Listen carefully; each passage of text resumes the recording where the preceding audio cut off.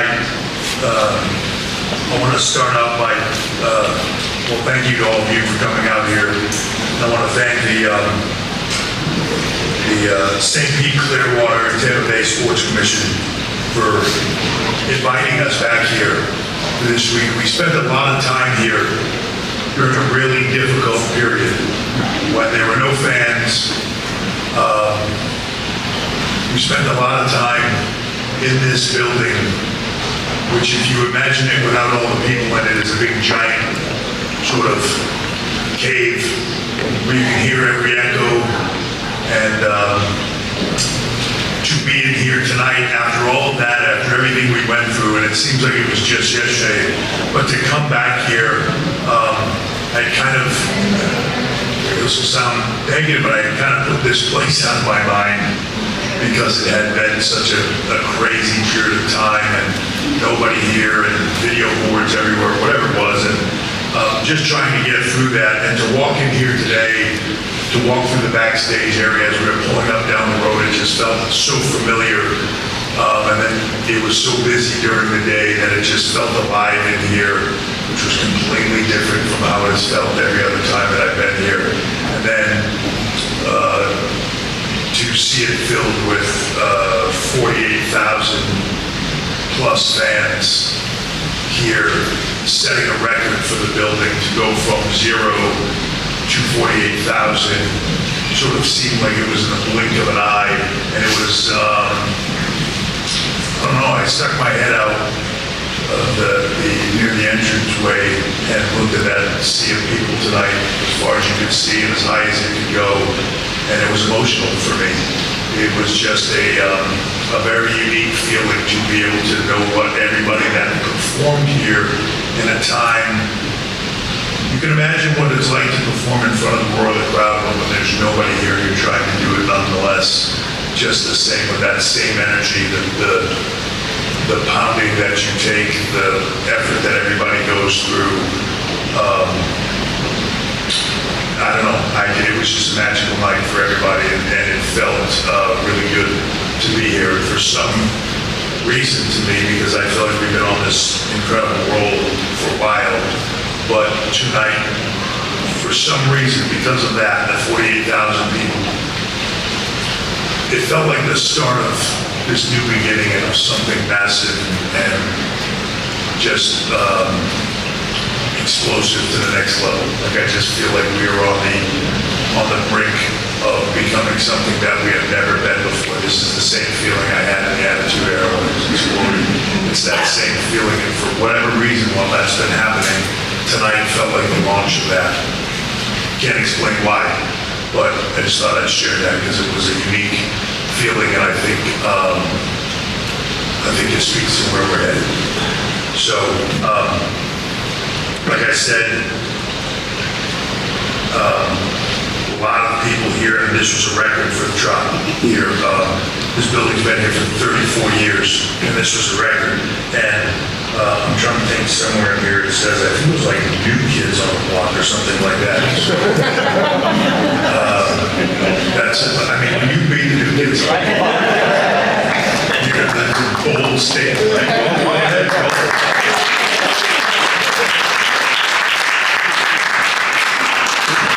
This was also, tonight generated, and I feel like I say this a lot, but tonight generated the largest gate of any event outside of WrestleMania in WWE history. So, again, thank you to everybody here in the Tampa area, and, and to everybody that was watching at home. It was a spectacular night. We'll be back here Monday night, obviously, and then we'll be back into a stadium in 4 weeks on the other side of the globe in Perth, Australia, to do it all again with the Elimination Chamber and sort of take that next level drive into the road to WrestleMania. So, exciting time. From a talent standpoint, I just wanted to mention that, I thought talent had a spectacular night. When you look at the Women's Rumble, Bayley taking a place. Bayley is a very unique and very sort of giving performer that is always a constant. And I think it's easy to overlook how good she is because she's always the constant in getting something else launched. And I can't say enough about that, how much that role or how big that role is. Sometimes it's overlooked because of that. And tonight, she was able to put herself in that spotlight and not be overlooked. Tonight, she earned that spot in the Royal Rumble. She earned her spot to go to WrestleMania and be in a main event role. So, very excited for that because, again, she has been sometimes lost in the shuffle of just how great of a performer she is. She's one of the all-time best. The return of Naomi, just want to tell her welcome home.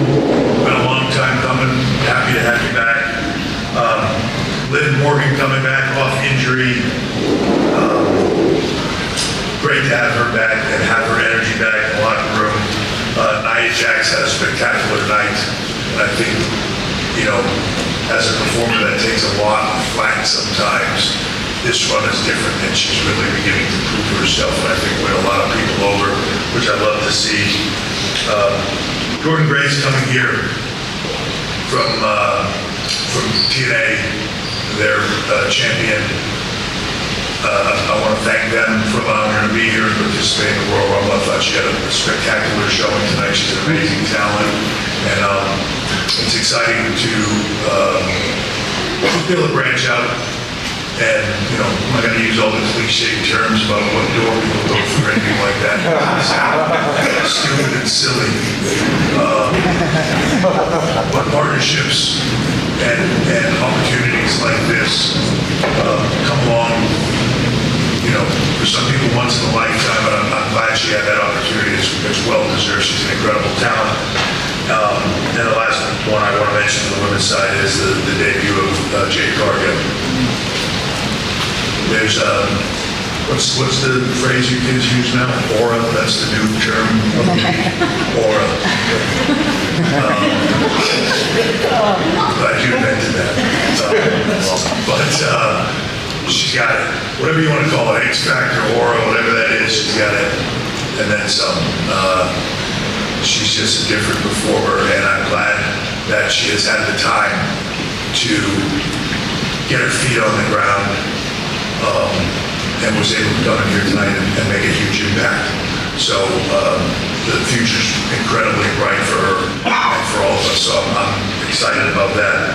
On the men's side, I thought both Punk and Cody had an incredible showing, as did so many, but just an incredible showing. And for two guys that really both, you could say if they ended up in that spot, like how could you argue with it?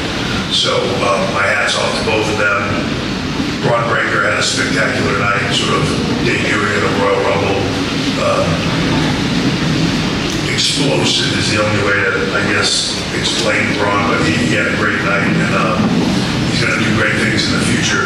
And then Andrade, the return, just a phenomenal talent that I cannot wait to see what he can do now. In this time, it's the right time. Before maybe not, but now it's the right time for him. It's the right time for him to be able to come here and showcase what he can do. I'm excited for that. And one last thing I want to say on the talent side before we move on is just Cody was out here. I heard him talking, about the area. I heard him talking about why he's doing this, his family, a lot of different things. There is nobody more dedicated to this craft. The respect that he has for it is second to none. Even I'm waiting for him to come back in Gorilla while he spends 45 minutes out there meeting people and shaking hands and taking pictures, and I'm like, somebody got to go get him. We have a press conference happening and it's already started and they're waiting for us. I love that. I love his dedication to our WWE Universe, to fans, to anybody. He is the right human being. He is the right person. His passion for this, dedication for this is second to none. And, it's bandied around as a term a lot, but he absolutely is the future of this for all the right reasons. And I don't want it to sound condescending to him, and I try when I look at him not to see his dad, but I'm incredibly proud of him, and I know his dad will be. So, he had an awesome night. With that, I'll open it up to questions. First question will go to the second one. First one. Emily May with Sports Theater Wrestling. It was announced this week that WWE will be moving to Netflix, part of the programming in 2025. What's your reaction to that deal, and how will this change sports entertainment? Well, my reaction to that deal is, holy shit. It's amazing. How will it change sports entertainment? How will it change sports and entertainment? Is actually the better phrasing, I think, of the question. I think the whole world sees a shifting ecosystem when it comes to where people consume and view things. And in a moment when you see a lot of people dipping their toe in the water of streaming services and trying different things, since the beginning, WWE has been sort of groundbreakers and first movers. You saw it back in the beginning with closed circuit TV. You saw it, the WWE at the forefront and almost sort of making the pay-per-view industry. You saw it when we started the WWE Network, when streaming was sort of just a little bit of a thing and people weren't sure if it was even going to work. We jumped into streaming and it worked, and people saw it and they followed up what we did, and they followed it in their own way. When we jumped out of our own streaming service because of bundling and to get to a larger carrier to go with Peacock, and now you see this move into streaming where at this moment in time, the NFL, soccer, everybody are dipping their toe into that. Everybody will be watching this. Everybody. Hopefully everybody will be watching the shows, but they will be watching to see what takes place here. We're once again in front of that. And it's an incredible feeling. And when you talk about a deal that's, 10 years, $5 billion, it's hard not to be excited about this. This has been an incredible week. We talk about the streaming services, so let's talk about The Rock joining the board for TKO. An amazing opportunity for us to have the biggest celebrity, the biggest star in the world, the biggest box office attraction in the world, to be a part of that board and help us with, he's an expert on branding, he's an expert on marketing, he's an expert on all those things. So to help with that, what I love about it is he's also a guy that, while on a board at an extremely high level and communicate with them, I can have shorthand with him about what WWE needs. And for people that sometimes don't always understand exactly what the product is, that is such a blessing to be able to call him and just say, in our language, here's what I'm feeling, here's the way I want to go, and can you help me with that? And that's really what they're there for, is to help us with that in business. So it's amazing to have him doing that. So it's a huge opportunity for us. Hey, Paul, right here. John Alba Feichel. Speaking of the business side of things, it was about a year ago, the WWE Board of Directors unanimously opposed Vince's return to the company as executive chair due to the ongoing investigations at the time before ultimately voting it back into power. You, Stephanie, and Khan, you were part of that. What degree of knowledge of the current accusations against him did you guys have at the time, and how does the situation affect WWE's relationship with partners going forward? Yeah, so I'm going to do exactly what you would expect me to do here. Look, we just had an amazing week. I just said a 10-year, $5 billion Netflix deal. Rock joining our board. We just sold out the Royal Rumble with 48,000 people in the Tropicana Field. I choose to focus on the positive. And yes, there's a negative, but I want to focus on that and just keep it to that. All the way in back. Hi there, Cameron Hawkins from the Rear.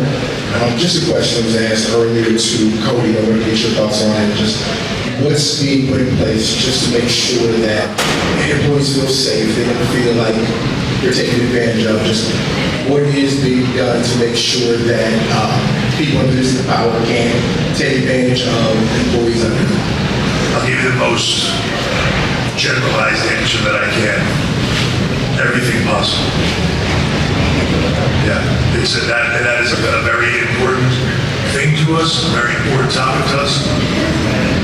It's as simple as everything possible. Final question, we'll head to the right-hand corner. Hi, Brandon Thurston from WrestleNomics. Just wondering, I know you have a microphone, but they are moving a bunch of stuff and it's really hard for you to just a little bit louder, please. Brandon Thurston from WrestleNomics. Yes. Did you read the lawsuit that came out this week? And if you did, what was your reaction to it? I did not. I think Cody mentioned it, that we all found out in real time when you were, and that's the truth.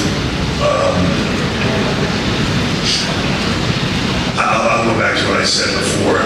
This is an amazing week for us, and I just, at this point, I don't even want to get bogged down in the negatives of it. I just want to focus on the positives and where we're going. And we're at the most exciting time of the year for us. We're at the most exciting point to me, business-wise, I think, that we've ever had. I think Cody might have said I don't exactly remember how he said it, but the best positioning of this company since the Attitude Era. I've been through that era. I understand what it's like. I feel like we are in the middle of something that, while we might not be able to put our finger on it right now, 10 years from now, we're going to be saying, like, wow, what a time that was. I want to focus on that. We'll be at time for one more question, and we will end here in the front row. Hi, Lisa with Channel 9.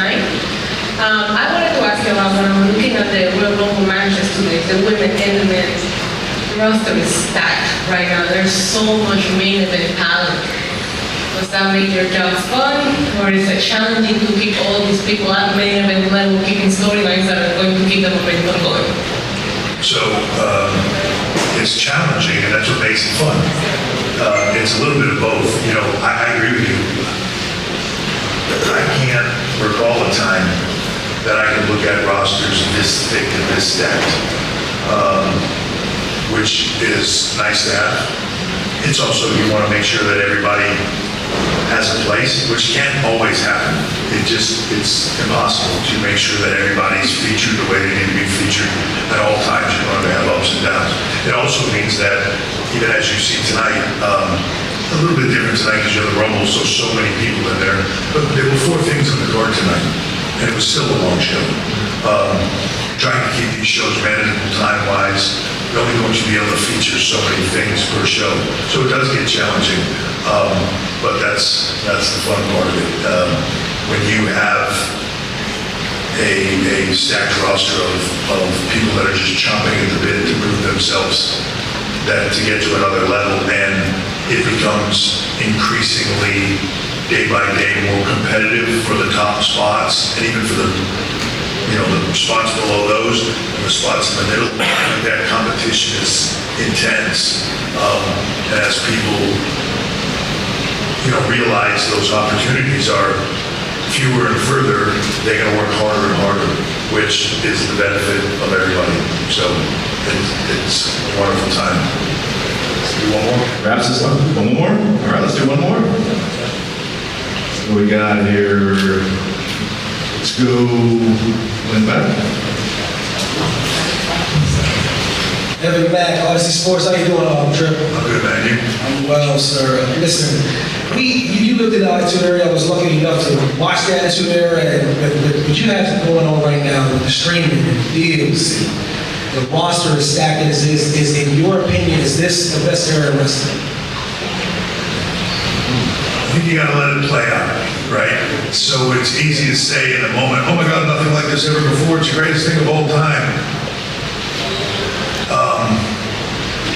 And I also think that there's things that you watched when you were young, like, sometimes people are going to be, they talk about the Attitude Era with such reverence or whatever, and like, I lived through that era, some of that stuff's dumb. Like, you know what I mean? It was bad. But there was a lot of it that was really good. And you look back on it differently. I'm a big believer in the moment is the moment, but it's what lasts the test of time. I used to say that about NXT. When I first started and everybody was going crazy, I'd say, well, talk to me about it in 5 or 6 years and we'll see what it feels like. Because right now is the moment.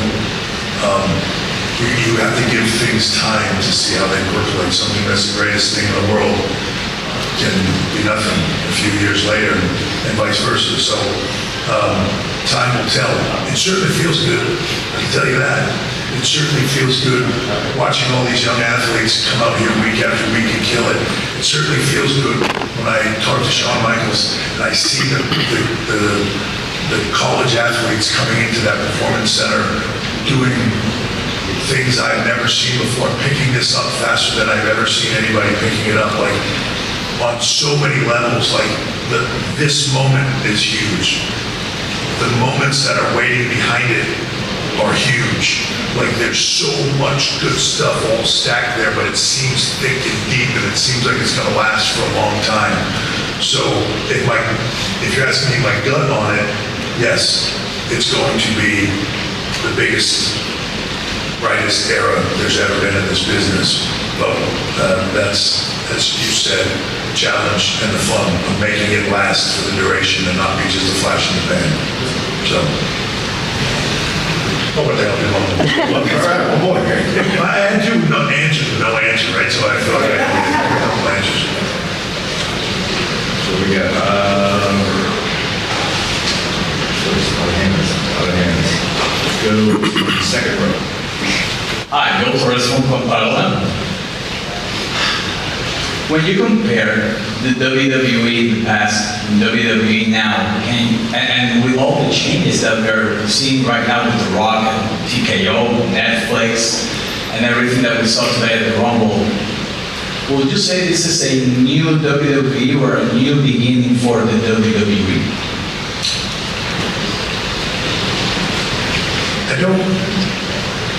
I don't like to say it's a new WWE because I feel like in some way that negates the past. It's a rich history here, and it's why people compare Roman Reigns and the length of this title run to Bruno or Hogan or like the people love the history of what we do. And I love that history. I'm a huge history buff on that stuff and love that. And Cody mentioned it. We had a lot of legends here tonight. It's something that we want to engage with them more and have them be a part of what we do because their contributions were massive to what we do, and just have them feel connected to us. So I don't want to say it's a brand new WWE, but it's a new chapter for sure. And I think maybe that's what I was feeling tonight when I looked out in that crowd and, coming off of just everything to get to where we were, the pandemic, all of it, and then sort of restart and just in this moment of, it is sitting under TKO, a new ownership, and just, it's new and it's a fresh start. And when you have that, you have the benefit of seeing the past as it was behind you. All the wonderful things that you want to keep and all the not so wonderful things that you want to discard and move away from. It's sort of clarity that you can have that starting point, but yet have all that history behind you that one,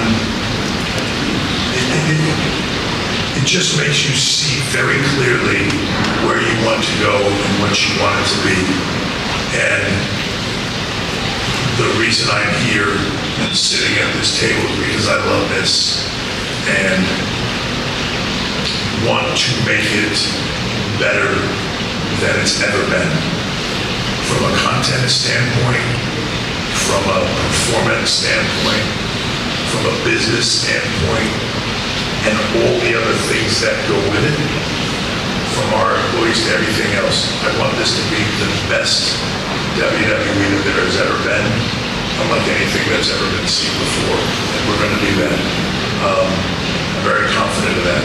So we have that behind us, and we're looking forward to a bright future. So thank you all for being here tonight. I really appreciate it, and I promise you I won't see most of you in Perth. I'm just going to go up a little. But I will see you soon, and hopefully we'll see you all at WrestleMania. Thank you very much.